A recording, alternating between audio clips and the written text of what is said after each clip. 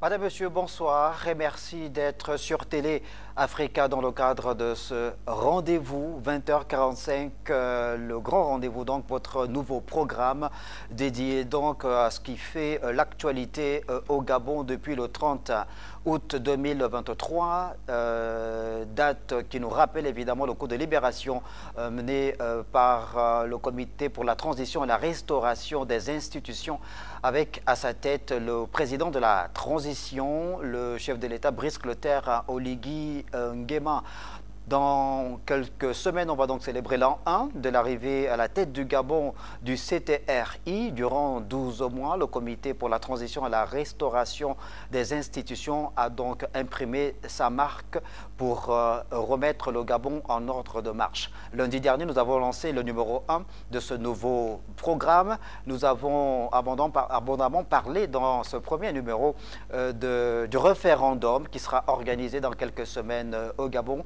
Un référendum qui va donc donner l'occasion au peuple gabonais de se prononcer sur la nouvelle constitution de la République après la mise en place de la constituante. Mais depuis quelques jours, on observe évidemment la présence sur le terrain des parlementaires de la transition, des acteurs politiques et même de la société civile déjà en pré-campagne pour demander aux populations d'être prêtes afin de voter oui lors du prochain référendum. Une posture prise par les forces vives de la nation diversement interprétée au sein de la société. Dans cette émission de ce soir, on va faire une sorte de prolongement ou de complément de cette actualité relative donc à cette pré-campagne sur le oui ou le non au référendum. On parlera également du chantier de la restauration de l'état de droit initié par le Comité pour la transition et la restauration des institutions, non sans revenir sur les propositions faites lors du dialogue national inclusif sur la nouvelle configuration, la nouvelle organisation politique dans notre pays. Et pour en parler, je reçois deux invités ce soir. J'ai le plaisir de recevoir pour la première fois dans ce studio de Télé Africa le député Germain Biaoudjou. Il est ancien député du district de Mvadi dans la province de Logoué-Ivindo et actuellement député de la transition. Monsieur Germain Biaoudjou, bonsoir. Bonsoir, monsieur Ange Pambo, et merci de m'avoir invité. Le plaisir est pour nous. Merci d'avoir accepté justement cette invitation. Je reçois également Jean-Christian Kombila, journaliste, analyste politique. Monsieur Kombila, bonsoir. Bonsoir Ange, bonsoir. Bonsoir, honorable. Jean. Merci beaucoup donc à tous les deux d'avoir accepté cette invitation pour que nous décryptions donc l'actualité qui prévaut dans notre pays. Avant d'aller dans le prolongement ou d'apporter des éléments de complément d'information sur cette actualité relative donc à cette pré-campagne sur le oui ou le non au référendum qui sera prochainement organisé au Gabon, je vous propose d'abord de regarder ce jingle. Ensuite, ce sera un reportage.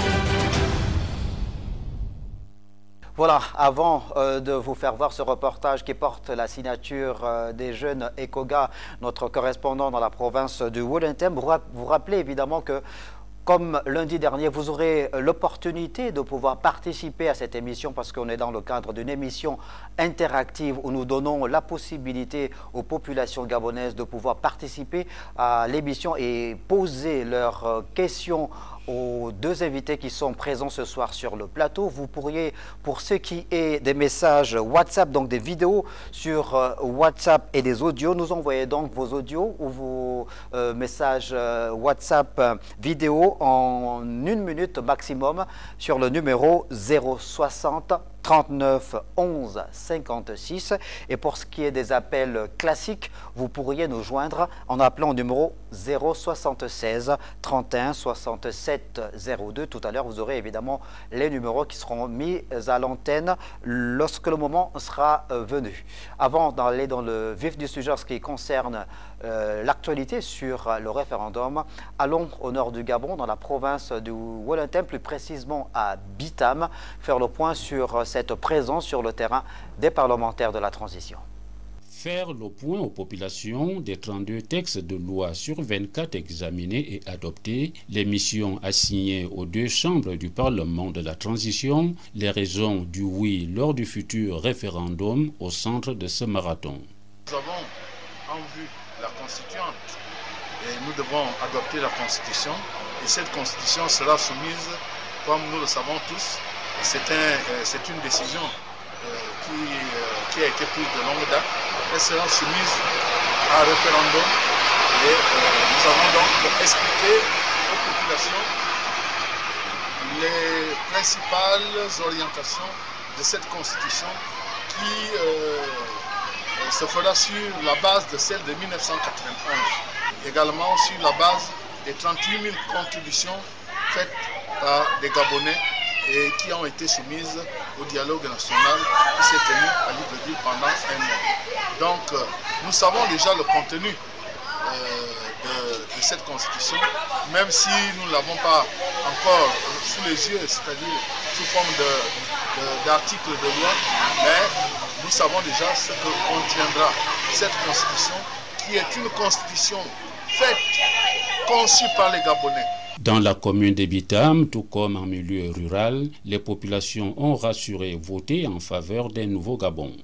D'abord, la pensée, c'est un souhait. Nous souhaitons que ça change. Un changement fondamental, pas superficiel. Parce que ça a commencé en amont depuis le 30 août et en aval, tout est florissant. Parce que ça fait longtemps que nous souffrons, nous sommes étouffés, tous les messages apparemment ne parviennent pas au bon endroit. Cette fois-ci, nous gardons espoir.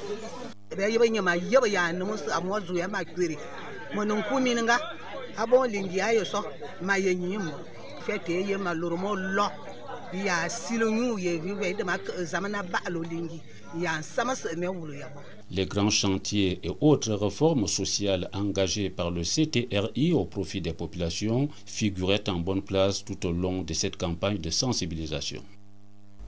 Voilà, c'était donc là ce reportage de Jeanne Litbaski et Koga, notre correspondant dans la province de Wellington, sur cette descente sur le terrain du sénateur François Ando-Edou. Germain Biodjou venait donc d'écouter le propos du sénateur François Ando-Edou donc sur les raisons de sa présence sur le terrain, sur cette espèce de campagne de sensibilisation pour demander aux populations de voter pour le oui au réféendum. Alors il a été clair dans son propos. On connaît déjà le contenu de la Constitution puisque cette Constitution est l'émanation des travaux du dialogue national inclusif, du moins en ce qui concerne sa nouvelle écriture, les modifications qui ont été apportées dans cette Constitution-là. Est-ce que vous êtes d'accord avec lui? Est-ce que vous pensez que le propos de François Ando-Edou est un propos recevable? Oui, effectivement, j'ai suivi le reportage du Vénérable qui est accompagné de ses collègues membres du Parlement de la Transition. Et ces propos me confortent personnellement parce que je l'ai fait. Je me suis rendu dans le département de Livindo il y a un mois pour essayer de faire un compte rendu parlementaire et rendre compte de grandes conclusions du dialogue national inclusif, où effectivement, moi également, j'avais mis l'accent sur le projet de constitution en pleine élaboration et qui sera soumis dans les tout prochains jours par le chef de l'État au peuple gabonais pour son adoption. Effectivement, le Vénérable a bien fait de retracer les grandes lignes du dialogue national en montrant qu'effectivement, le projet de constitution, c'est une émanation de ces conclusions dont le référendum avait été adopté comme mécanisme privilégié pour la révision de la Constitution ou bien pour l'adoption de la Constitution.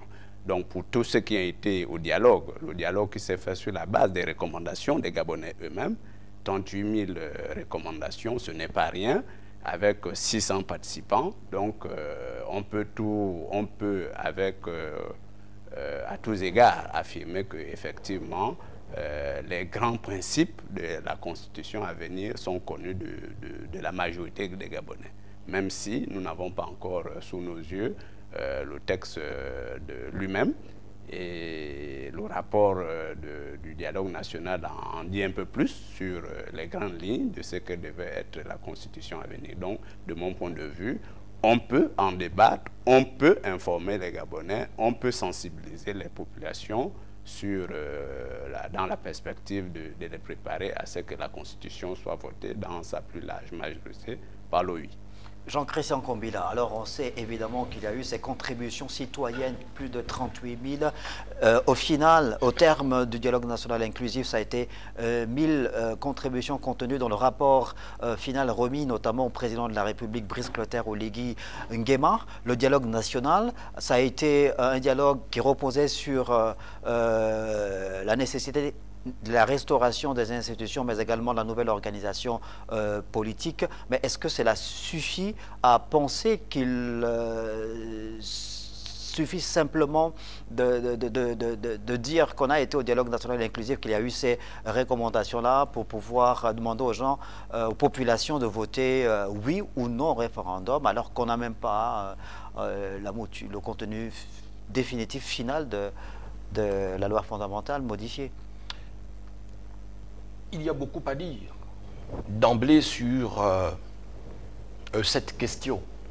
Déjà, le reportage que nous venons de suivre me paraît digne d'intérêt parce que les parlementaires de la transition qui ont été des acteurs dynamiques de ce dialogue national inclusif vont sur le terrain et mobilise les citoyens, n'est-ce pas, en faveur d'une participation massive à ce référendum.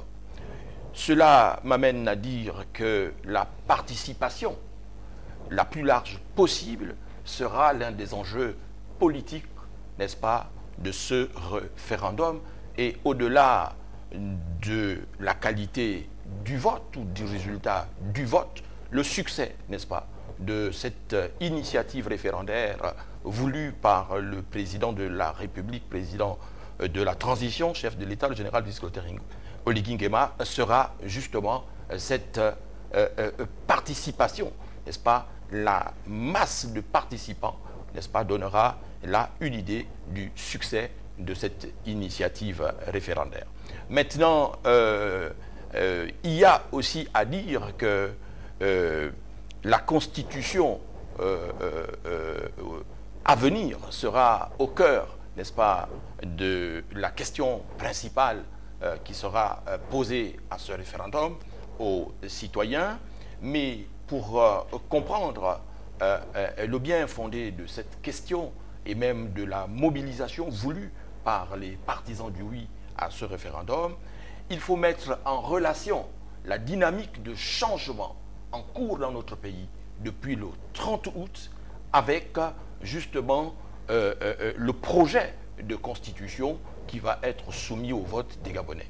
Si on n'a pas une approche globale du contexte dans lequel, n'est-ce pas, ce projet de constitution sera présenté aux populations, on n'aura pas une compréhension objective des enjeux de l'heure. Germain Biaoudjou, alors il y a d'autres acteurs, soit de la scène politique et même de la société civile et parfois même du Parlement de transition qui estiment qu'il faut qu'on soit légaliste, que l'on lise la loi au pied de la lettre. On n'est pas encore en campagne, mais on a souvent, à l'observation, fait le constat qu'avant des scrutins électoraux, il y a ce qu'on appelle la période de pré-campagne, qui, elle, n'est pas forcément encadrée par la loi, comme l'est la campagne en elle-même. Est-ce que vous estimez qu'on est justement dans cette espèce d'intermède qui permet aux acteurs de pouvoir s'exprimer librement sur cette actualité? Bien, alors je vais lever quand même deux équivoques sur ce qui apparaît comme une sorte de polémique au sujet de ce que nous n'avons pas le texte et que par conséquent la loi nous interdit d'aller sur le terrain pour sensibiliser les populations. Je voudrais dire que nous avons, en tant que parlementaires de la transition, l'obligation de compte rendu. Et il est bien connu que nous ne sommes pas élus, nous ne sommes pas dans le cadre de la territorialité politique, mais nous avons l'obligation politique de rendre compte aux populations que nous représentons à l'Assemblée nationale comme au Sénat de tout ce qui s'est fait en matière d'évolution législative, en matière d'évolution sur le plan économique, social, environnemental, etc. Donc c'est un principe.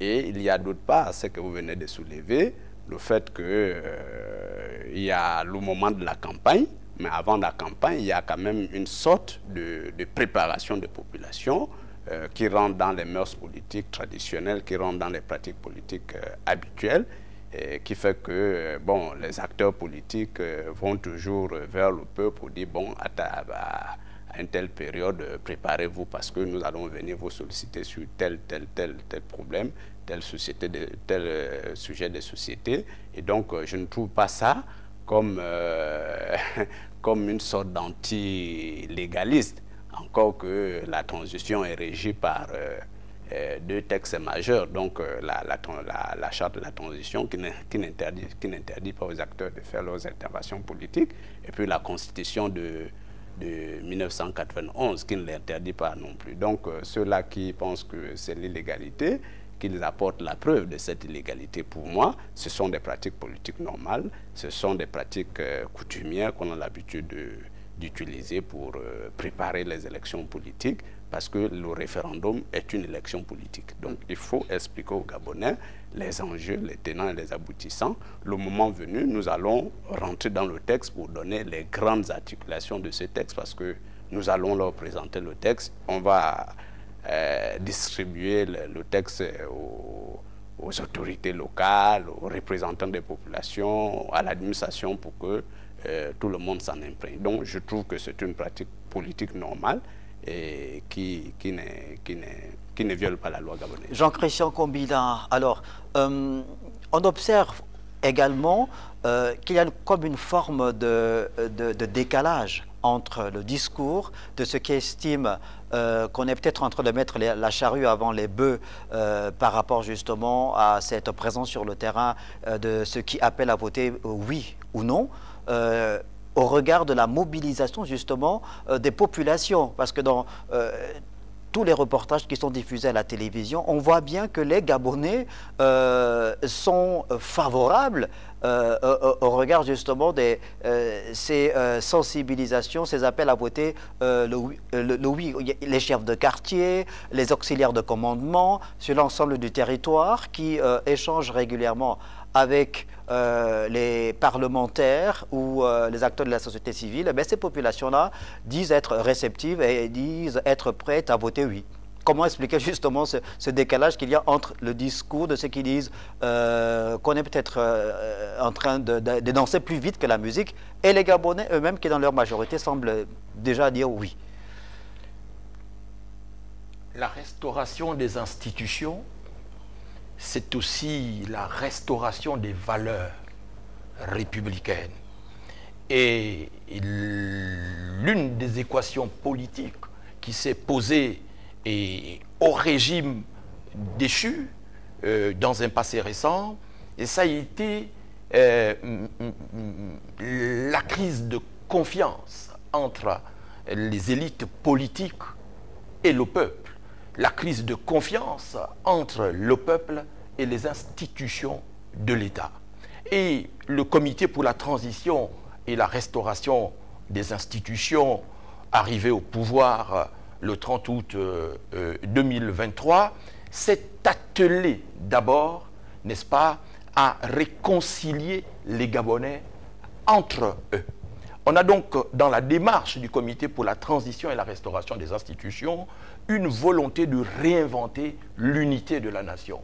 En quoi faisant? En répondant de façon pratico-pratique, n'est-ce pas, aux attentes légitimes des populations. Et les populations elles-mêmes, sur le terrain, constatent qu'il y a une véritable dynamique de changement. Il n'y a pas plus aveugle que celui qui ne veut pas voir. Il revient donc aux acteurs politiques d'épouser la nouvelle donne. On a pu observer, par exemple, que lors des tournées républicaines du président de la République à travers le pays, dans les villes, dans les communes et dans les villages, la mobilisation massive des populations qui viennent n'est-ce pas,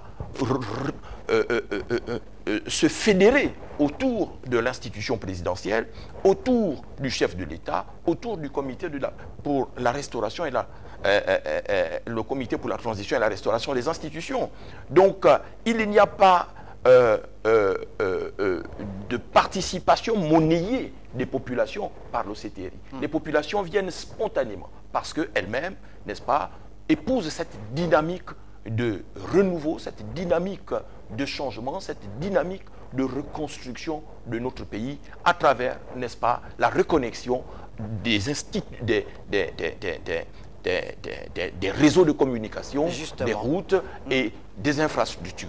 Donc, il y a là une réelle prise de conscience citoyenne et patriotique des populations pour se dire qu'il y a comme un vent nouveau qui souffle dans notre pays. Et je ne pense pas que quelques acteurs politiques dépassés qui n'épousent pas la nouvelle donne puissent orienter les populations dans un sens ou dans l'autre. Les populations, me semble-t-il, prennent leurs responsabilités. Elles les prendront lorsque viendra le moment, n'est-ce pas, de se prononcer en faveur ou non de On a bien compris, Jean-Christian Kombila, et cette dynamique est également perceptible sur les réseaux sociaux. Avant de vous diffuser cet élément, la rubrique Politique 2.0.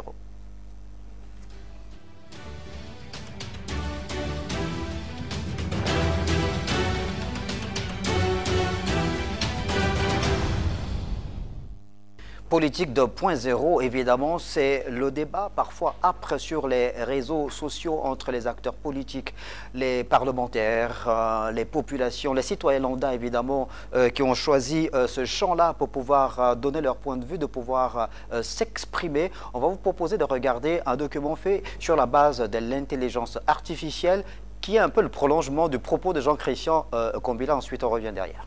Très chers politiciens, avec vos activistes que vous manipulez très bien, vous voulez nous faire croire que si vous les politiciens revenez au pouvoir, tout sera parfait?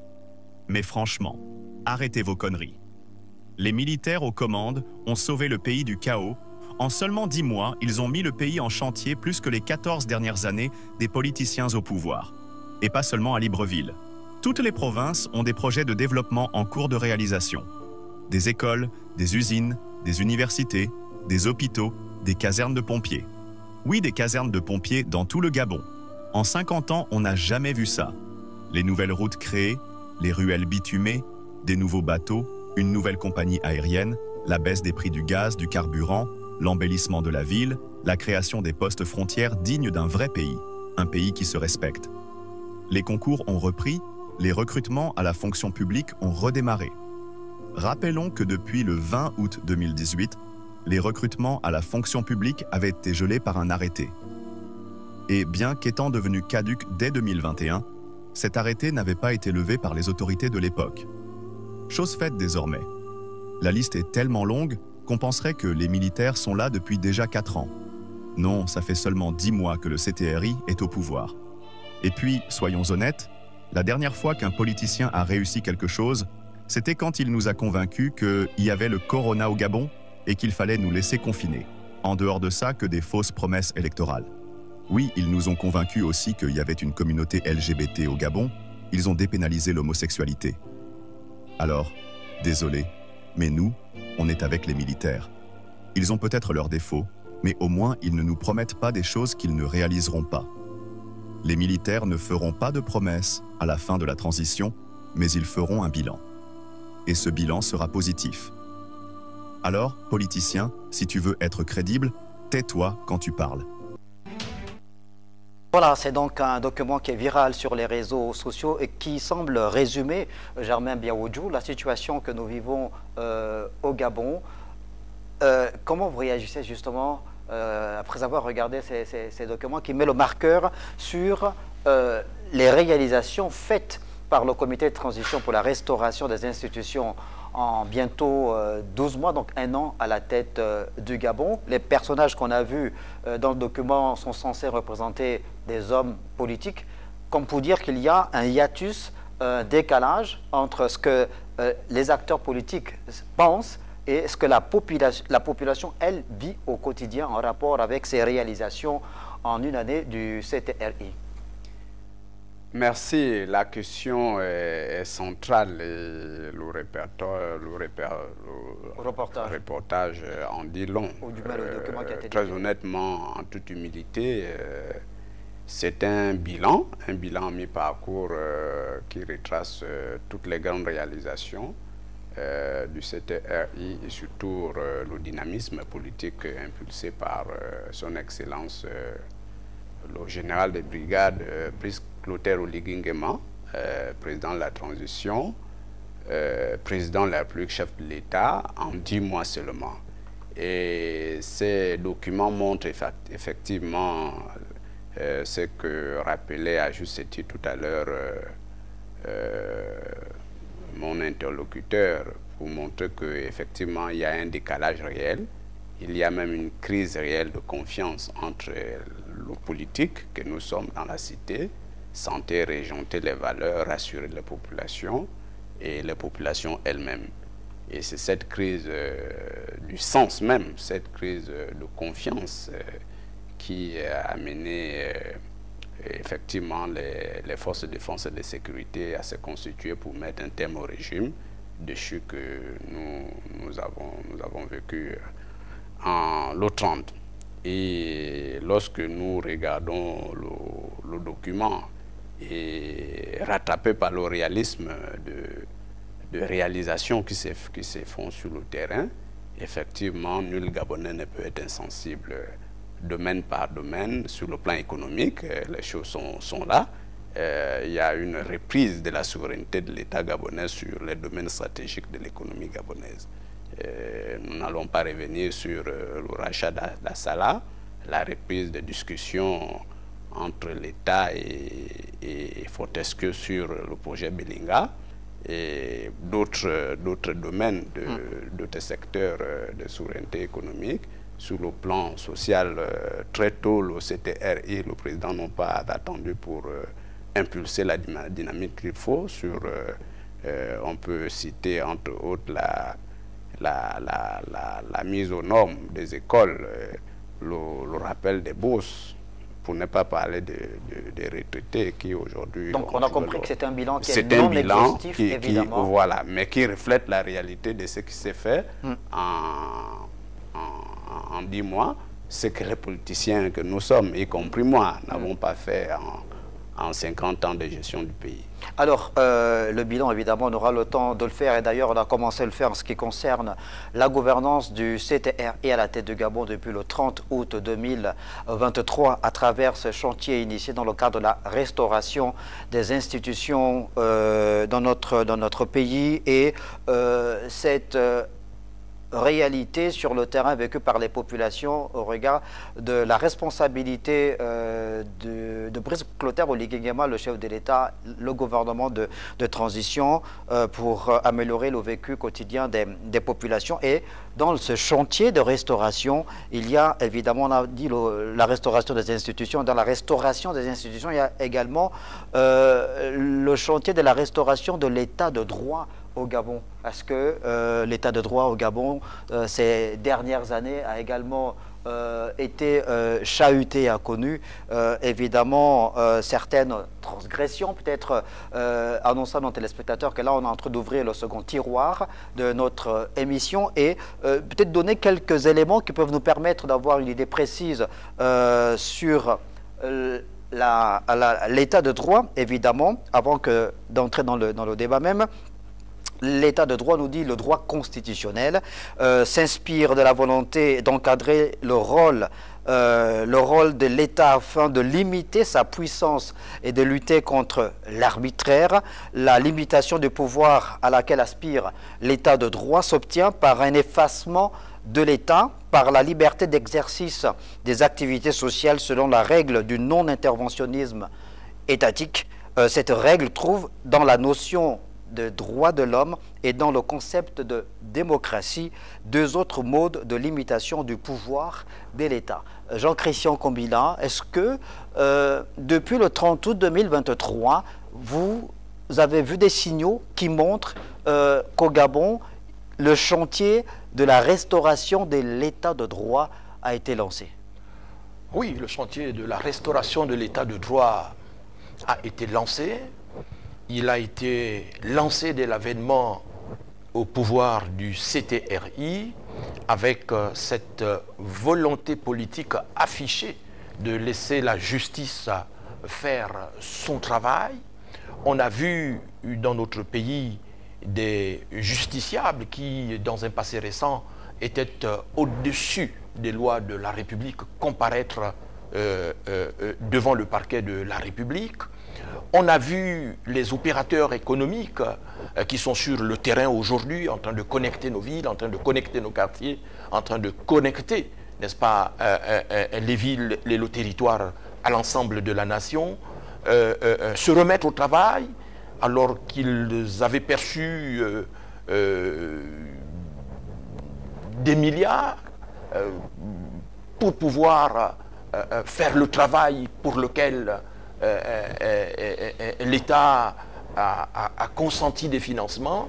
Ces gens, constatant que l'OCTRI faisait preuve de rigueur, sont revenus au travail et nous avons vu les résultats sur le terrain avec toutes ces infrastructures socio-économiques de base, n'est-ce pas, qui sont mises effectivement pour permettre aux populations de mieux vivre au quotidien et d'échapper à toutes ces tensions quotidiennes qu'il y a avec l'insécurité et les mauvaises conditions de vie. Donc, l'état de droit est revenu aussi avec l'affirmation de l'autorité de l'État, l'affirmation de la souveraineté de l'État. On a vu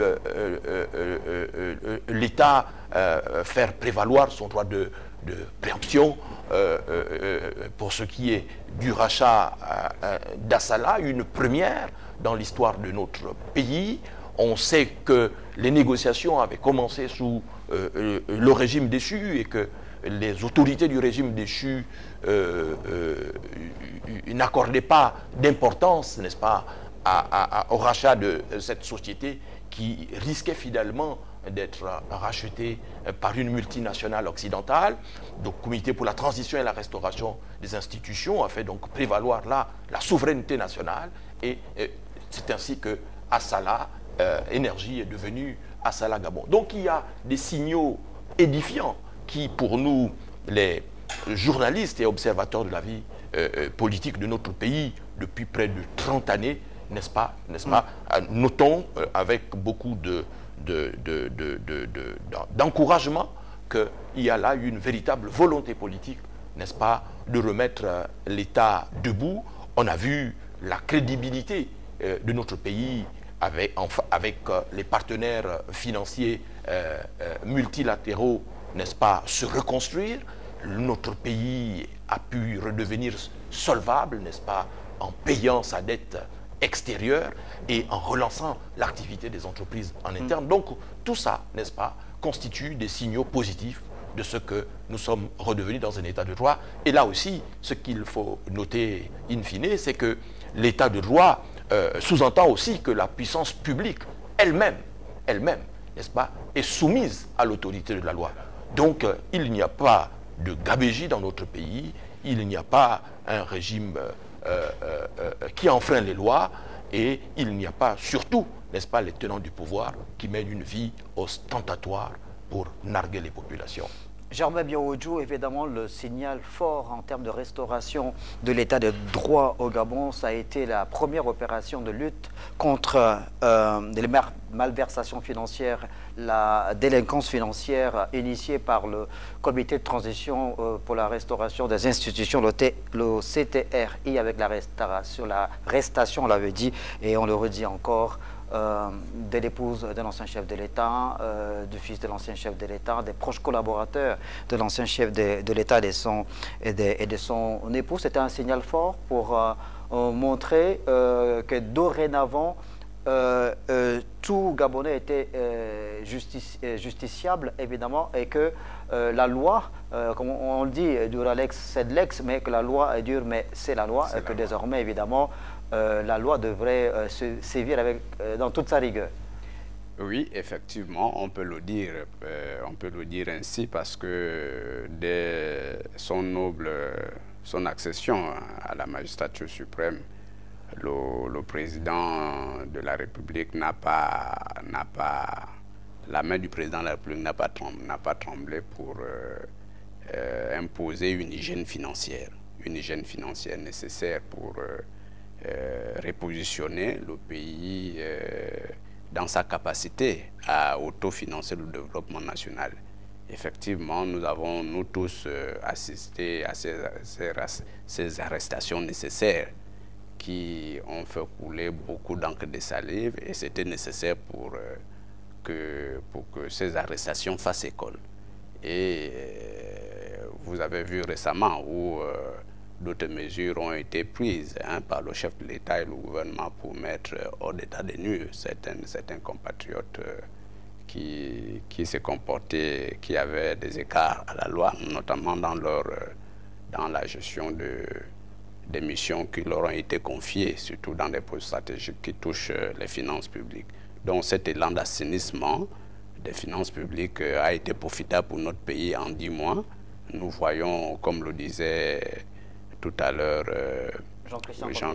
Jean-Christian, à travers ces actes, le pays a repris sur le plan de l'investissement. Les routes sont ouvertes. Nous qui habitons dans les bas quartiers, en particulier Nzanyon, aujourd'hui, tout Nzanyon en chantier avec des ruelles qu'on ne pouvait pas penser circulables à toute saison. Aujourd'hui, toutes ces ruelles sont bétonnées et les choses poussent de partout. Vous voyez le président de la République dans ses randonnées au plan national aller avec des enveloppes pour impulser le développement local à coût de milliards. Donc ce sont surtout cet assainissement des finances publiques, cette hygiène financière qui a permis au chef de l'État d'avoir toute cette manne. Et ça a donné une certaine image de notre pays à l'international. Et justement, notre crédibilité auprès des bailleurs de fonds. Et vous avez vu son dernier séjour à Paris où il est allé avec les responsables de la FEG qui ont discuté effectivement avec... Évidemment, il y a eu la présence de plus de 600 opérateurs, entrepreneurs français qui ont pris part à cette rencontre. Avec une sorte de levée de fonds. Restons sur l'état de droit. Germain Biaoudjou, l'état de droit. Alors, l'état des droits, comme le disait Jean-Christian tout à l'heure, c'est d'abord l'existence de la loi et le respect de cette loi. Nous sommes une transition particulière. Ailleurs, lorsque nous voyons ce qui se passe au Sahel, lorsqu'il y a une transition militaire, la Constitution est mise en époque, pour ne pas dire suspendue. Nous sommes l'une des premières transitions en Afrique où il y a la charte de la transition qui cohabite avec une autre norme de cette dimension, la Constitution de 1991. C'est un génie gabonais, on a vu ça ailleurs en dehors du Gabon. Donc c'est cette volonté de ne pas gérer le pouvoir de l'État en tant que militaire, imposer le dictat des militaires, qui fait que le Gabon soit aujourd'hui une école en termes de transition qui s'apparente à un coup de libération. Et nous qui avons la charge d'accompagner le gouvernement, ou bien nous qui partageons la production normative au même moment que le gouvernement, donc le Parlement, il y a beaucoup de réformes du point de vue de la loi. Déjà, nous allons peut-être en parler, le code électoral qui a été réformé, ce qui est d'ailleurs quelque chose d'important. Nous avons eu récemment, le gouvernement est venu avec un projet de loi concernant le code de procédure pénale, avec des innovations importantes en ce qui concerne les nouvelles juridictions pour gérer les détentions et les libertés. Donc c'est tous ces instruments qui font que, effectivement, nous sommes dans une dynamique de restauration de notre état de droit. Et sur le plan des droits de l'homme, nous avons réformé. Le gouvernement a envoyé un projet de réforme pour essayer de donner une dimension importante à la Commission nationale des droits de l'homme. Donc, nous sommes dans des standards. Nous sommes vraiment dans des standards. Nous sommes en train de faire une mise aux normes générales de tous ces cadres normatifs qui vont nous accompagner à jamais dans le processus de restauration. Puisque vous parlez, s'il vous plaît, Jean-Christophe Kombila, puisque vous parlez justement de cadre normatif, après avoir mis le marqueur sur ce que le droit constitutionnel estime être l'essence même de la souveraineté de l'État, allons voir un peu quels sont les instruments du respect de l'État de droit, justement, avant que nous puissions continuer le débat. Alors, en termes d'instruments du respect de l'État de droit, le droit constitutionnel nous rappelle que l'effectivité de la soumission du pouvoir politique au droit suppose préalablement une organisation de l'ordre juridique qui se caractérise par une hiérarchisation des normes. L'exigence d'une hiérarchie des normes impose d'en assurer le respect. Celui-ci suppose donc l'institution d'un contrôle juridictionnel et que le contrôle juridictionnel institué en vue d'en assurer cet agencement des normes est dénommé contrôle de légalité. Et seule la Constitution échappe, évidemment, comme on le sait tous, autour de la table, la Constitution échappe, elle, par nature, à toute procédure de contrôle. Donc les principaux mécanismes de contrôle sont donc le contrôle de constitutionnalité opéré par la Cour constitutionnelle dans notre pays et le recours pour exercer le pouvoir dirigé contre les actes administratifs et porté devant les juridictions administratives. Donc on est un peu dans cette réalité qui nous permet aujourd'hui de pouvoir apprécier le travail réalisé par le CTRI depuis son arrivée à la tête du Gabon. Jean-Christian Kombila, est-ce que, la question que j'ai envie de poser, elle peut paraître peut-être naïve, est-ce que ça n'a pas été osé de la part du CTRI justement d'initier ce chantier-là en ce qui concerne l'état de droit, de remettre la dignité du Gabonais, de remettre l'état de droit au centre même de son action politique? C'est osé, pour reprendre votre habile expression, et ce qu'il est davantage, c'est la convocation du dialogue national inclusif et qui a vu la participation, n'est-ce pas, de l'ensemble des forces vives de notre pays. Et il y a donc eu ce dialogue inclusif au cours duquel des juristes éminents y ont pris part. Et vous verrez, parce que j'ai parcouru il n'y a pas longtemps encore le rapport du dialogue national inclusif, les commissaires, l'honorable pourra me corriger, qui ont travaillé sur les institutions, ont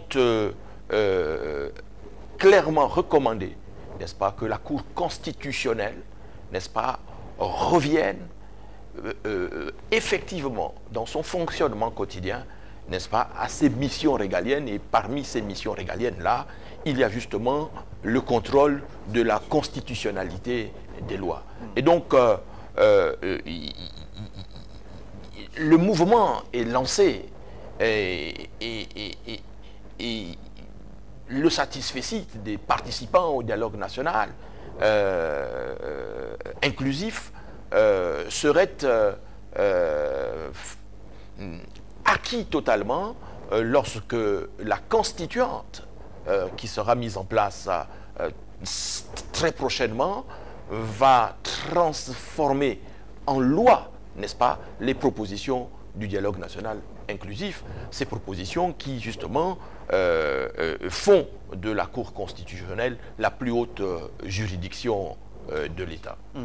On va évidemment revenir sur ces questions lors des prochains débats sur Télé Africa. Le temps pour nous d'ouvrir le troisième tiroir de notre émission consacrée à la politique, à ce qui fait donc l'actualité dans notre pays sur la base des recommandations du dialogue national inclusif. Évidemment que et on a vu cette montée au créneau des acteurs politiques, notamment, on va dire, l'ensemble de la classe politique, hein, que ce soit l'ancien parti au pouvoir ou la majorité, l'ancienne majorité républicaine sociale pour l'émergence ou les partis de l'opposition qui avaient donc agité le chiffon rouge lorsqu'ils ont eu à l'oreille, semble-t-il, des informations qui faisaient état de la dissolution des partis politiques dans notre pays, de la réduction du nombre des partis politiques. Donc, le nouveau champ politique, comment ce champ devrait-il se dessiner? On parle peut-être de la naissance ou la création de 4 blocs dans lesquels devaient fondre ces 104 partis politiques-là, et peut-être même l'élection présidentielle. Semble-t-il, les médias en parlent déjà. Hein. Le 30 juillet dernier, Jeune Afrique en a évoqué, a fait un article sur cette question relative à l'élection présidentielle qui devrait se dérouler, semble-t-il, en 2025. Selon le journal panafricain, cette élection présidentielle est une élection à haut risque. Bon, ce sont des titres de journalistes, évidemment, peut-être pour vendre leur papier, leur journal. Mais Germain Biaoudjou, député de la transition, alors, le nouveau champ politique, la nouvelle organisation politique, le débat est âpre. La secrétaire générale du Parti démocratique gabonais, qui est votre parti, j'ai bien ça, voilà, vous êtes du PDG, Angeline Goma a fait également donné son point de vue sur la création de ces blocs politiques-là. Quelle est votre réaction par rapport à ce qui est en train de se dessiner sur le plan politique en termes d'organisation justement du champ politique national? Alors, les résolutions du dialogue reposent d'abord sur le respect du peuple gabonais.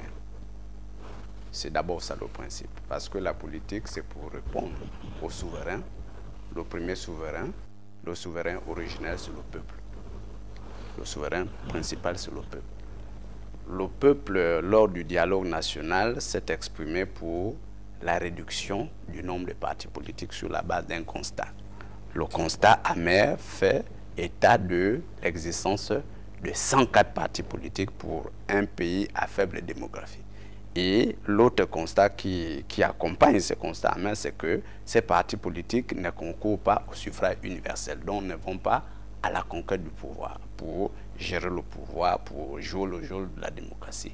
Donc, sur cette base, effectivement, le peuple avait appelé à la dissolution des partis politiques.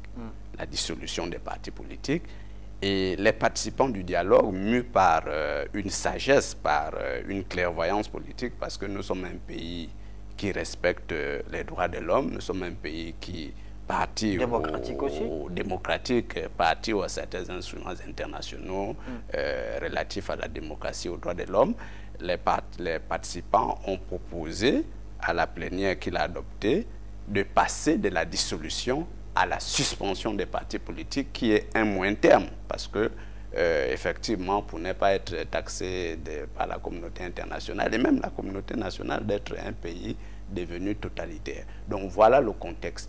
Bon, maintenant, les voix se sont levées pour fustiger cette décision du dialogue national. Non, je pense qu'il y a eu beaucoup plus de ressenti personnel dans cette lecture du rapport du dialogue national. Ce qu'il faut dire, c'est que, bon, la suspension rassure à la fois le CTRI, qui n'est pas un parti politique, parce que les militaires ne font pas la politique. Nous sommes dans un contexte où il n'y a pas de majorité, où il n'y a pas d'opposition. Le fait pour nous de proposer la suspension de partis politiques, c'est aussi pour se conformer. Alors, la suspension des partis politiques, est-ce que c'est durant cette période d'exception ou lorsqu'on reviendra à un ordre constitutionnel, eh bien, cette mesure sera toujours d'actualité? Ça dépendra du contexte politique national. La suspension des partis politiques obéit aussi à un besoin de pragmatisme. Nous avons une pléthore de partis politiques dont le ministère ne détient pas les fichiers fiables en termes d'identification des militants. Certains partis n'ont même pas de siège. Certains partis ne disposent même pas d'un compte bancaire. Donc, on ne peut pas les situer. Or, lorsque nous avons discuté au dialogue, il y a eu 2 principes qui ont été adoptés. Le premier principe, c'est sur la création des partis politiques. Les propositions de la résolution qui a été prise, c'était d'amener les postulants, ceux-là qui veulent créer des partis politiques, à fournir 18 000 adhérents. Ce qui tranche avec l'ancienne loi, pour permettre à ce que les partis politiques aient un fichier fiable, identifié. Et l'autre mesure qui avait été prise, c'était de penser que, bon, pour exister après création, en tant que parti politique, il faut avoir un nombre requis d'élus. Donc 5 élus parlementaires et au moins 30 élus locaux. Ce qui fait que les partis ne vont plus se créer sur la base d'une famille, d'un clan, d'une province. Et tout cet ensemble doit s'inscrire dans une dynamique nationale pour éviter la pléthore. L'autre proposition, et vous venez de nous le rappeler, c'est que il faut que les partis politiques s'écrivent sur la base idéologique.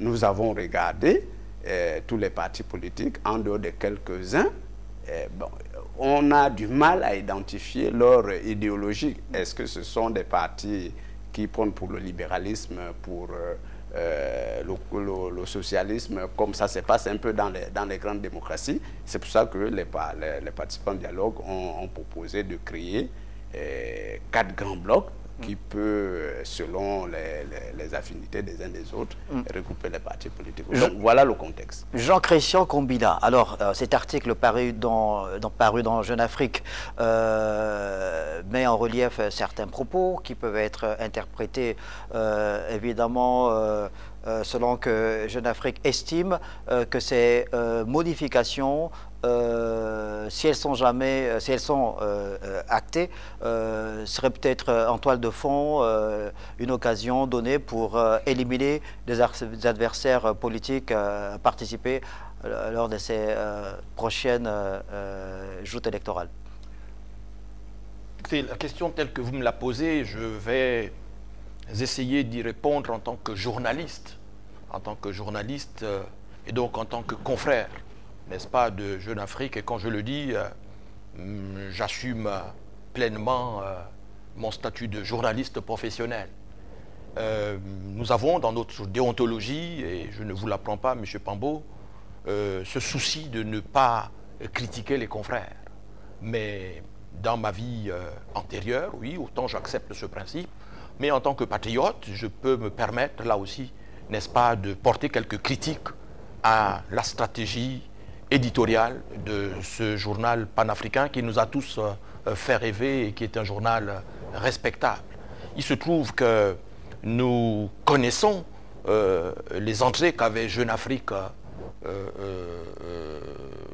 dans un passé encore assez récent au Palais du bord de mer. Nous connaissons les interlocuteurs avec lesquels Jeune Afrique traitait par le passé. Mais lorsque je lis la teneur de ce papier, et même 2 ou 3 articles précédents sur la marche de la transition, j'ai comme l'impression, en tant que journaliste expérimenté, que Jeune Afrique cherche quelques entrées au niveau du palais du bord de mer. Et ce qui était possible par le passé ne l'est plus pour le moment. Et vous constaterez que parfois Jeune Afrique a des titres ronflants qui n'ont pas toujours beaucoup à voir avec le contenu de leur texte. Et donc là, j'y vois un appel du pied lancé par la direction éditoriale de Jeune Afrique aux autorités de la transition. Et ce que j'espère, moi, très humblement, c'est que les autorités de la transition ne cèdent pas au chantage. Et vous avez vu que Jeune Afrique s'est fait le porte-voix de la grève de la faim imaginaire des avocats de l'ancien régime.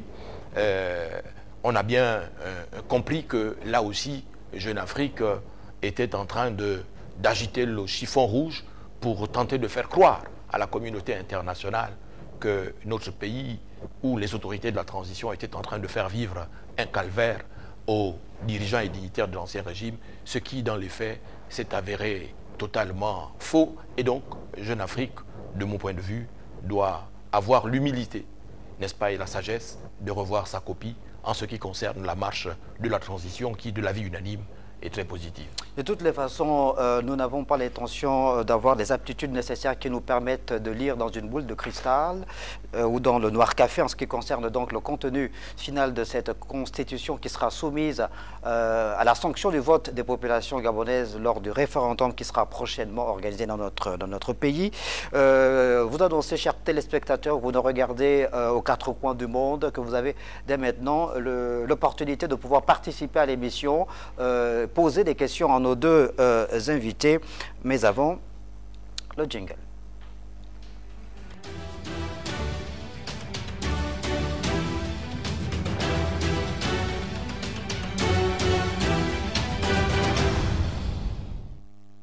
Et avant justement de vous donner cette opportunité de pouvoir participer à cette émission, nous vous proposons ces petits spots qui vous donnent quelques indications précises qui vous permettront de savoir comment réagir justement lorsque vous nous envoyez soit vos vidéos, vos audios, ou vous nous passez un coup de téléphone, un coup de fil pour pouvoir participer à l'émission.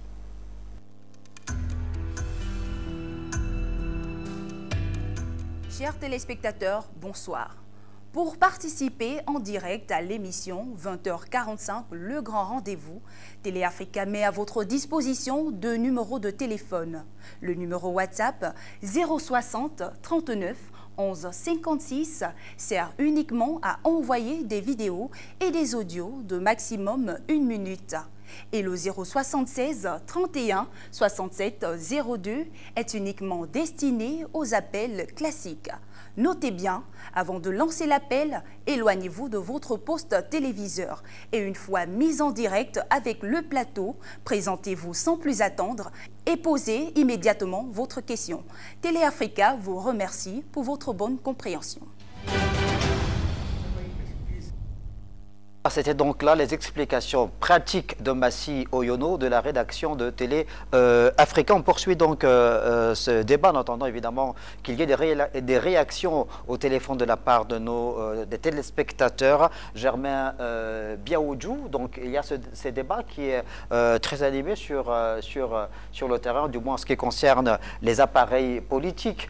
Évidemment, les leaders politiques qui commencent à crier au loup avant même que on ouvre la campagne des prochaines élections. On n'a même pas encore mis en place la constituante ni organisé le référendum, que déjà on se projette à 2025 à l'organisation des élections. Comment on peut justement comprendre cette frénésie qui semble déjà gagner les acteurs politiques? Bon, alors, autrefois je faisais un peu de philosophie politique. Dans ma vie intellectuelle, lorsqu'on regarde un peu les réactions des politiques, on peut faire un classement. Il y a les politiques d'un certain temps, des gens qui ont fait la politique bien avant le CTRI, que ce soit les membres de l'opposition ancienne ou bien les membres du régime déchu. Donc, ces acteurs sont gagnés par une peur exagérée parce que le rapport du dialogue national fait état d'un certain nombre de principes, notamment liés aux modalités des élections présidentielles, législatives et les autres élections qui mettent en avant un certain nombre de restrictions, notamment les conditions d'éligibilité à la présidence de la République, la limitation de l'âge, les conditions liées à la nationalité, etc. Donc c'est une situation qui peut faire peur. Mais ça, c'est la vie normale, la vie politique nationale. Donc c'est un débat qui n'a pas lieu d'être, parce qu'on commence déjà à faire dans l'invective alors que la réalité est peut-être autre. Nous attendons la Constitution pour en débattre un peu plus en détail. Et à partir de là, je crois que si les acteurs s'accordent, il n'y aura pas de risque, comme le dit Jeune Afrique. Et d'autre part, moi je suis de ceux-là qui pensent que les hommes politiques, lorsque vous prenez un engagement, il faut apprendre à les respecter.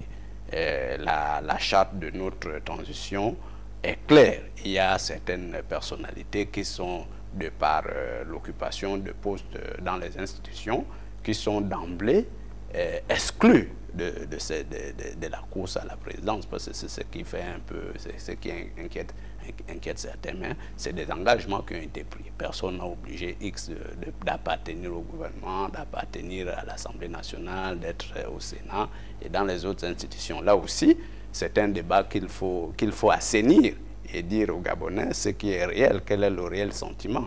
Au lieu de parler de la politique de façon générale, je crois que certains acteurs sont préoccupés par leur trajectoire personnelle, par leur lendemain après la transition. Donc, Monsieur Ange Pambou, il faut qu'on prenne du recul, et c'est ça aussi notre rôle en tant qu'intellectuel, notre rôle en tant que politique, parce que nous avons la mission prétorienne, celle de fixer les valeurs dans la cité et expliquer aux populations l'orientation de la société. Donc nous allons discuter de ces questions-là avec la plus grande pédagogie possible pour expliquer aux Gabonais, dire aux Gabonais quelles sont les grandes orientations. Voilà un peu de façon ramassée mon premier sentiment sur cet article qui reprend un peu tous les discours qu'on a eus, hein, notamment le discours, les réclamations des partis politiques légalement reconnus et certains candidats à l'ancienne présidentielle qui continuent toujours à réclamer leur légitimité. Donc voilà, c'est cet ensemble de questions qu'il faut regarder. Jean-Christophe Gobila, est-ce qu'on peut imaginer les prochains scrutins électoraux organisés sans la présence des acteurs politiques? On sait que le Gabon, évidemment, a connu le multipartisme, ce retour de multipartisme depuis 1990, que depuis cette date-là, les scrutins électoraux voient la participation de l'ensemble des différents bords politiques. Est-ce qu'il est imaginable de penser qu'on pourrait se retrouver dans une configuration où il n'y ait pas d'acteurs politiques à ces scrutins-là? C'est inimaginable. C'est inimaginable parce que notre pays a acquis une tradition participative, plurielle, n'est-ce pas, des candidats aux différentes élections, qu'elles soient nationales, à savoir les élections présidentielles et les élections législatives et même locales. Donc je ne pense pas que ce sentiment de peur que certains veulent répandre tel un poison dans la conscience nationale soit acceptable. Évidemment, nous sommes des partisans de la libre expression et donc nous pouvons comprendre que certains s'expriment parce que voyant leurs intérêts personnels ne pas connaître la trajectoire qu'ils auraient souhaité, mais nous sommes optimistes quant à l'organisation plurielle en termes de participation, n'est-ce pas, aux prochaines élections présidentielles en l'occurrence. Et donc,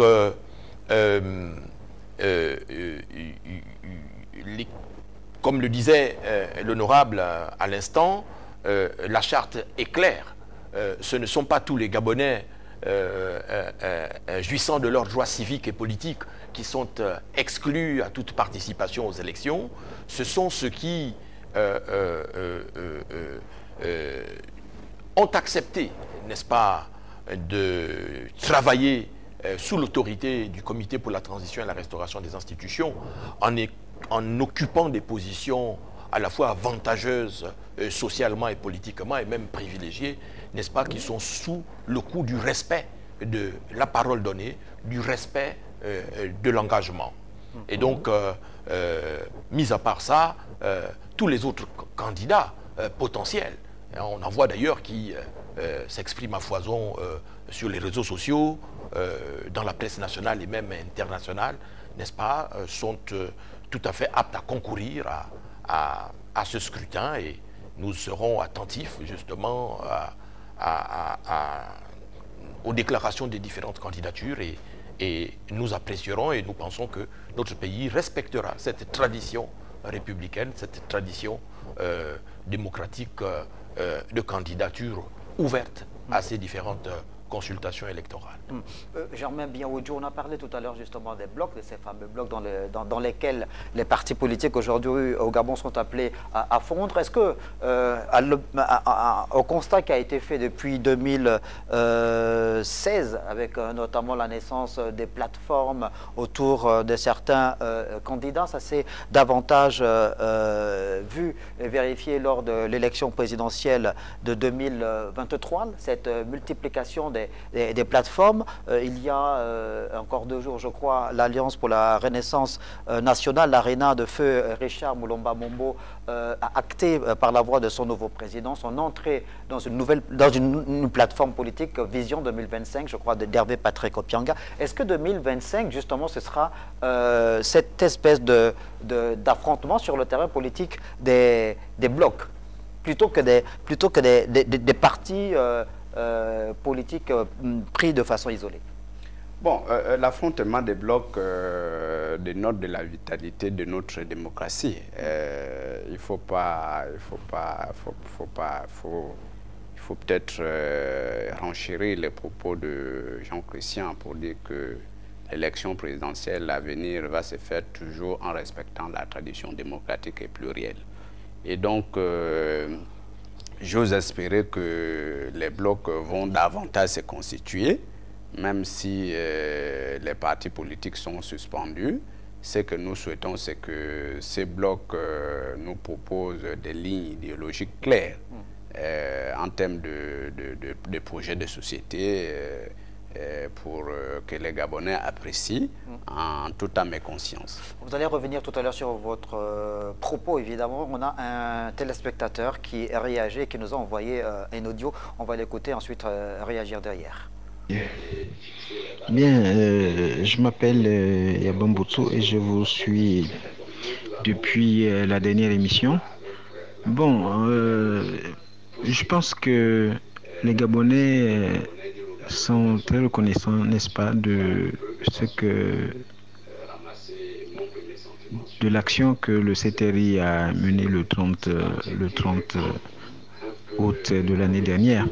Mais ce que je voudrais dire, c'est que il ne faudrait pas que nous retombions dans les mêmes comportements, c'est-à-dire toujours avoir tendance à courtiser le président de la République. Il faudrait que le Gabon change, comme diraient certains, de paradigme. Il faut que nous devenions un peu plus matures, surtout dans la vie politique, et essayer d'être libre. Quand je parle de liberté, c'est que il faut qu'on soit objectif. Il faut que nous ayons à l'esprit, n'est-ce pas, de faire les choses correctement pour que le pays avance. Voilà un peu ma contribution. Il faudrait plus qu'on soit là en train de courtiser le président de la République. Il faudrait plus qu'on soit là peut-être parce qu'on a l'intention d'avoir des postes pour toujours caresser le président de la République dans le bon sens. Mais je suis totalement convaincu que les choses se passent bien jusqu'à présent. Et c'est juste ma contribution. Merci. Germain Biaoudjou, justement, pour réagir à cet audio de ce téléspectateur, courtiser le président de la République. Alors, Jean-Christian Kombina, dans l'émission, parlait de cette forte adhésion populaire qui continue à se manifester sur le terrain lors des tournées républicaines de Brice Clotaire Oligui Nguema. Est-ce que c'est du courtisanisme? Il y en a qui parlent d'une expression, moi je n'ai pas envie de la citer. Donc, est-ce que c'est du courtisanisme, justement, cette adhésion populaire autour de la personne de Brice Clotaire Oligui Nguema? Est-ce que ça se comprend? Non, ce n'est pas du conabilisme, comme c'est le mot en vogue pour critiquer nous qui sommes de l'ancien régime. Il y a un fait, et le fait a été retracé tout à l'heure par Jean Chrétien. Il y a eu crise et un groupe s'est détaché pour montrer la voie. C'est ça le contexte. Et donc, dans cette dynamique de restauration de nos valeurs, de la vie nationale, des institutions, il y a adhésion du peuple gabonais. Donc, partout où le président de la République passe, on n'a pas besoin d'être proche du président ou bien d'être lointain pour comprendre qu'effectivement, il y a un besoin réel de cette réconciliation entre les politiques, entre l'action publique et le peuple gabonais. Cette ligne de confiance qui a été brisée pendant pratiquement, pour ne pas donner une période, mais vraiment de façon caractéristique pendant les 14 dernières années de notre vie nationale. Donc c'est une adhésion naturelle. Moi j'ai eu la chance de faire plusieurs provinces avec le chef de l'État en tant que parlementaire, pas en tant que un membre de son groupe immédiat, bien de son entourage, mais c'est un phénomène patent, Monsieur Ange, de voir que même les enfants veulent vivre ces événements, cette communion fraternelle, nationale, entre le chef de l'État, qui est le chef de la grande délégation du CTRI, et les populations. Donc ce n'est pas du kunabélisme que les compatriotes nous pardonnent. Nous ne sommes pas là pour faire l'apologie du chef de l'État, qui a déjà lui-même la popularité en tant qu'héros national. Donc il faut quand même expliquer ça aux Gabonais. Et donc moi je pense que, et je retiens la conclusion, je pense également que nous sommes sur la bonne voie. Et il faut encourager cela. Jean-Christian Kombila, est-ce que être en phase avec la vision du chef de l'État, être autour du chef de l'État, être avec le chef de l'État, être en phase avec ces réformes initiées par le comité de transition pour la restauration des institutions signifie que l'on devrait s'interdire d'être parfois critique quand les choses ne vont pas, ou si on observe des faiblesses ou des limites dans cette action justement. Est-ce qu'un penseur, et vous le savez mieux que moi, disait il n'est de liberté et il n'est d'éloge sans liberté de blâmer. Voilà. Oui, écoutez, M. Pambo, nous sommes des journalistes, on nous en fait sans doute le reproche, parce que notre déontologie consacre la sacralité des faits. Chez nous, les journalistes, les faits sont sacrés. Et les faits ne mentent pas. Et ce que nous disons, c'est ce que nous voyons. C'est ce que nous entendons. Moi, je suis allé dans le sud profond du pays parce que j'y ai grandi et je connais un peu la culture politique et l'anthropologie sociale sur le terrain. Je voulais assister de visu à l'accueil qui serait réservé au président de la République lors de son périple dans la Nyanga.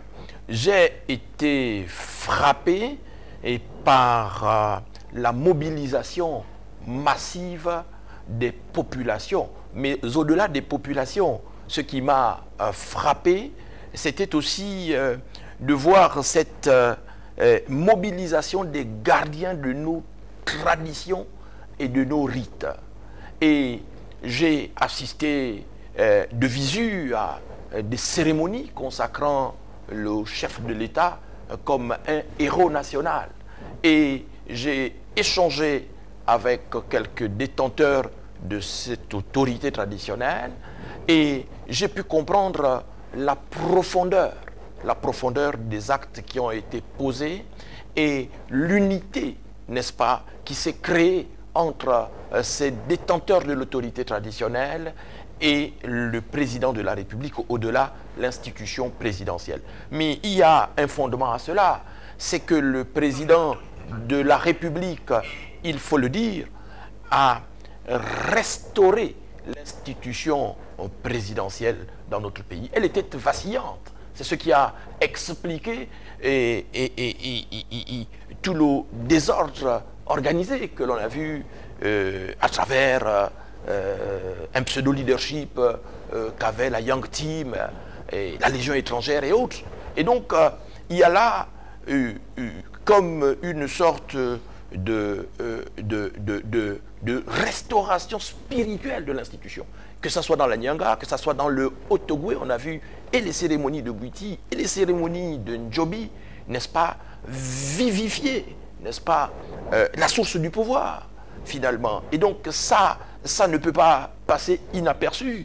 Le relever, ce n'est pas faire du kunabélisme. Si nous, journalistes, nous ne le relevons pas, les générations futures ne l'apprendront pas. Et donc c'est aussi notre responsabilité en tant qu'interface entre l'action publique et la destination de cette action, donc les populations, que de le faire. Nous le faisons, quoi qu'on puisse nous dire, mais ce sont des faits que moi, en tant que journaliste, j'ai pu relever et que je me permets d'évoquer avec vous, parce que j'y ai vu là une sorte de réunification de la nation, et c'est de bon augure pour l'avenir, et que les choses, ou du moins que la marche de la transition soit soutenue autant par toutes les forces vives, par toutes les autorités traditionnelles et culturelles de notre pays. J'ai là aussi vu une volonté politique du président de restaurer la culture, gabonaise, n'est-ce pas, au premier plan, n'est-ce pas, de la vie politique, sociale et économique de notre pays, de la même façon qu'on voit, par exemple, le ministre du Tourisme, Pascal Goé-Siphon, n'est-ce pas, restaurer le secteur tourisme, n'est-ce pas, montrer sa vitalité, son importance. Il y a aussi, à côté de cela, le secteur de la culture, de nos rites et traditions, finalement, de notre anthropologie ancestrale, qui est là aussi remis en première ligne. Ça aussi, ça participe de la restauration des institutions, ça participe de la restauration de la grandeur nationale et donc de la reconquête de notre souveraineté indispensable, n'est-ce pas, au rayonnement du Gabon sur la scène internationale et planétaire. Alors, le comité de transition pour la restauration des institutions sur le terrain depuis le 30 août 2023 pour apporter des éléments de réponse en urgence aux problèmes qui se posent avec acuité au vécu quotidien des populations gabonaises à travers la réalisation d'un ensemble, évidemment, de projets, de réformes permettant de reconstruire le Gabon. Il y a un calendrier, un chronogramme, la transition qui a été élaborée dès les premières heures de la prise de pouvoir par les éléments de force de défense et de sécurité, avec des séquences très importantes, et parmi lesquelles l'organisation du dialogue national inclusif du 2 au 30 avril dernier.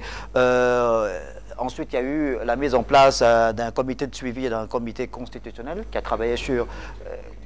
voilà, national, qui a travaillé sur ces propositions de modification, projet de constitution. Donc, on attendait, ou on attend la mise en place de la constituante et ensuite le référendum. Mais pourtant, il y a comme une accélération de ce calendrier-là sur le plan politique, avec ce débat qui est très âpre sur le terrain politique. On va le voir d'ailleurs, certains confrères ont traité de la question. Le jingle. Que dit le quatrième pouvoir?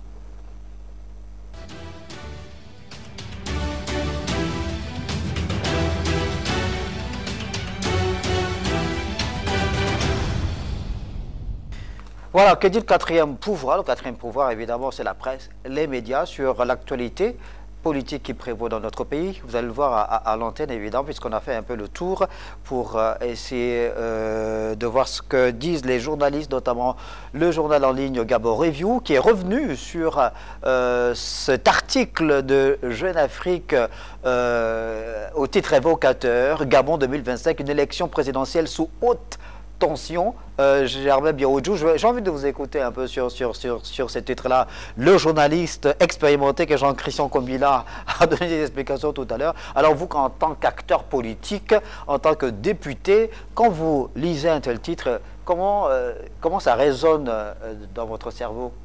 Bon, moi je prendrais du recul, je prendrais du recul par rapport à un tel titre, parce que nous sentons que c'est du journalisme, parce que le propre de certains médias, c'est de vendre aussi leurs produits. Voilà, quand vous dites c'est du journalisme, vous voulez dire que c'est du journalisme sensationnel, c'est ça? Oui, mais il y a un peu du sensationnel dedans, parce que je ne comprends pas pourquoi l'élection présidentielle de 2025 serait-elle sous tension. C'est une élection organisée par un pays sérieux. Nous avons pris des précautions au niveau de l'État de rétrocéder l'organisation des élections au ministère de l'Intérieur, comme dans toutes les grandes démocraties au monde. avec cette fois-ci un certain surdosage des conditions de transparence électorale, en excluant les partis politiques dans l'organisation, en excluant les personnalités et laisser l'État organiser à toutes les étapes des élections, y compris l'élection présidentielle. Et la précaution qui a été prise pour une crédibilité, selon la loi que nous venons d'adopter au Parlement, c'est de faire revenir les observateurs internationaux, parce qu'effectivement, nous voulons que l'élection présidentielle, ou bien toutes les élections à venir, soient les plus crédibles possibles. Parce qu'en 2023, les observateurs internationaux avaient été écartés pour des raisons que nous pouvons imaginer. Donc, de mon point de vue, en tant qu'acteur politique, parce que un peu expérimenté aujourd'hui, parce que ayant participé directement moi-même aux élections et accompagné l'ancien régime dans la conservation du pouvoir, je ne vois pas pourquoi l'élection de 2025 serait totalement sous tension, et la tension viendrait d'où? Jean-Christian Kombila, alors comment interpréter cette espèce d'accélération du calendrier, du chronogramme de la transition dans les salles de rédaction? Écoutez, je ne saurais le dire avec plus de précision qu'il n'en faut, mais d'expérience dans la pratique de notre métier, certaines rédactions entendent se distinguer par la course au jackpot, on va dire. On court après le scoop, parfois sans recouper l'information jusqu'à sa source, sans la confronter à la réalité, sans la sous-peser. Et je n'ai pas la prétention d'être en capacité de faire un cours de ce point de vue-là, mais nous savons d'expérience qu'un média comme Jeune Afrique a toujours cette propension à vouloir se positionner premier, n'est-ce pas, en matière de publication d'informations sur notre pays. Mais je pense qu'au moment où l'on restaure les institutions, que les autorités de la transition seraient bien avisées, n'est-ce pas, de ne pas ouvrir les portes du palais exclusivement à la presse étrangère. Et je me réjouis que, à ce jour, n'est-ce pas, cette presse étrangère qui avait pignon sur rue au palais du bord de mer trouve quelque peu porte close, et donc se contente de faire dans l'agitation du chiffon rouge pour essayer de laisser croire que ça ne va pas, mais nous savons que ça va au Gabon. La communauté économique et monétaire de l'Afrique centrale, la CEMAC, a levé ses sanctions, la CEAC a levé ses sanctions, le Conseil de paix et de sécurité de l'Union africaine s'est récemment penché sur le cas du Gabon après le vibrant plaidoyer du ministre des Affaires étrangères, Régis Ndiaye-Onanga, devant la tribune du COPAX. Donc, lorsque l'on confronte cette réalité que je viens de décrire, n'est-ce pas, au contenu de l'article de Jeune Afrique, et même à l'esprit qui l'anime, on voit bien qu'il y a là une volonté, justement, simplement d'agiter le chiffon rouge pour attirer l'attention de son côté. S'il vous plaît, je voudrais revenir sur cette question et amplifier davantage la lecture, cette dialectique critique inaugurée par Jean-Christian. Non, il y a un fait. Et le fait, c'est que nous sommes dans une transition. Et le débat malicieusement entretenu par certains tenants du respect forcené de du calendrier n'est pas sain. Nous sommes dans une transition, nous avons des obligations, aussi bien au plan national, mais aussi vis-à-vis de la communauté internationale. Et Jean-Christian vient de nous le rappeler. Nous sommes en négociation avec la communauté internationale pour notre retour, pour notre acceptation en tant que pays, malgré la transition. Donc, le respect du calendrier dépend de l'opportunité politique. Ce n'est pas X ou bien Y qui viendrait dicter une ligne à l'État gabonais, encore moins au CTRI, qui a tout intérêt à ce que les choses se passent dans les normes. Donc, je voudrais vraiment relayer ça pour dire que les journalistes, ou bien les médias doivent faire leur travail. Ça ne sert à rien d'élaborer un titre juste pour avoir accès, pour créer une certaine confusion dans l'opinion nationale et internationale, montrer que les choses ne se passent pas bien au Gabon. Nous sommes une transition particulière, comme venait le dire Jean-Christian. La lecture qui s'est faite de la transition gabonaise n'est pas la même lecture qui s'est ferait lorsqu'on regarde les transitions dans le Sahel. Nous sommes un pays, nous suivons tout ça. Donc, je pense que le Gabon, le président de la République, le CTRI ont la clairvoyance, ont la sagesse de regarder quel est l'intérêt national. Comme tout programme politique, le programme de la transition est un programme indicatif. Et il peut subir au fur et à mesure que nous évoluons des modifications pour résoudre un problème, gagner du temps ou bien mieux faire. Donc, c'est une question de souveraineté nationale. Jean-Christian Kombila, on s'achemine tout doucement vers la fin de cette émission. Ce sera aussi votre conclusion. Dernière question. Alors, est-ce que cette période d'exception, cette restauration initiée par le CTRI est une occasion formidable donnée aux acteurs politiques de pouvoir se réconcilier avec les populations? Parce qu'on a noté qu'il y a une forme de désamour entre les populations et les hommes politiques au Gabon. Et je pense que la proposition des participants au dialogue national de voir se constituer différents blocs est une proposition et même une opportunité à saisir par les partis politiques pour se réinventer. Il y a dans notre pays une élite intellectuelle prodigieuse qui travaille. Il y a des groupes de recherche à l'université qui peuvent servir de personnes morales ou personnes physiques ressources, n'est-ce pas, aux partis politiques pour pouvoir les aider à construire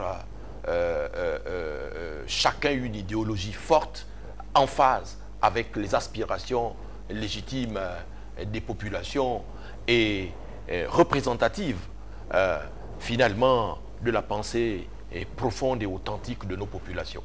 Et donc c'est mon souhait, n'est-ce pas, de voir ces partis politiques saisir cette opportunité qui leur a été offerte par le dialogue national inclusif convoqué par le CTRI pour pouvoir se réinventer et se construire à la fois une offre programmatique attrayante et une ligne directrice fécondante pour le bien de notre démocratie. Merci Jean-Christian Kombila pour votre conclusion. Député Germain Biaoudjou, votre conclusion avant de mettre un terme à cette émission.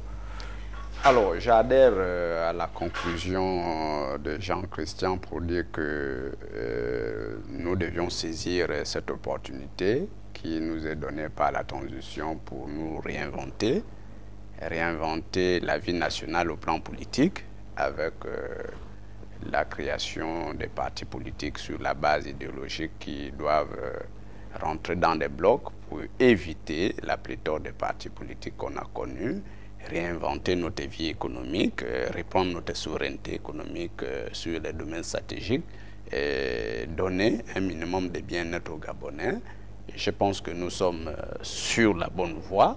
On n'a pas besoin d'être totalement d'accord avec le CTRI pour dire que nous sommes unanimement sur la bonne voie, parce que même ceux-là qui ont des critères de notation nous le disent. Le Gabon a repris sa vie normale, le goût même de suivre encore la télé revient dans la conscience des Gabonais.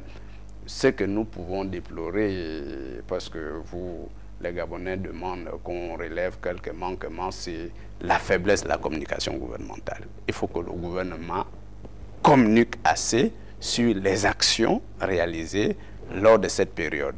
Nous avons, par exemple, nous sommes satisfaits de la communication offensive du CTRI, qui à ce jour est à 63 communiqués. Par rapport à l'action du gouvernement même, qui n'est pas très connue, nous avons regardé, lorsque je venais tout à l'heure, depuis 10 mois, le gouvernement est à 13 conseils des ministres. Et les ministres porteurs de portefeuilles stratégiques ne viennent pas à la télé, ne mettent pas en place des programmes pour mieux communiquer, pour mieux sensibiliser les Gabonais sur les avancées.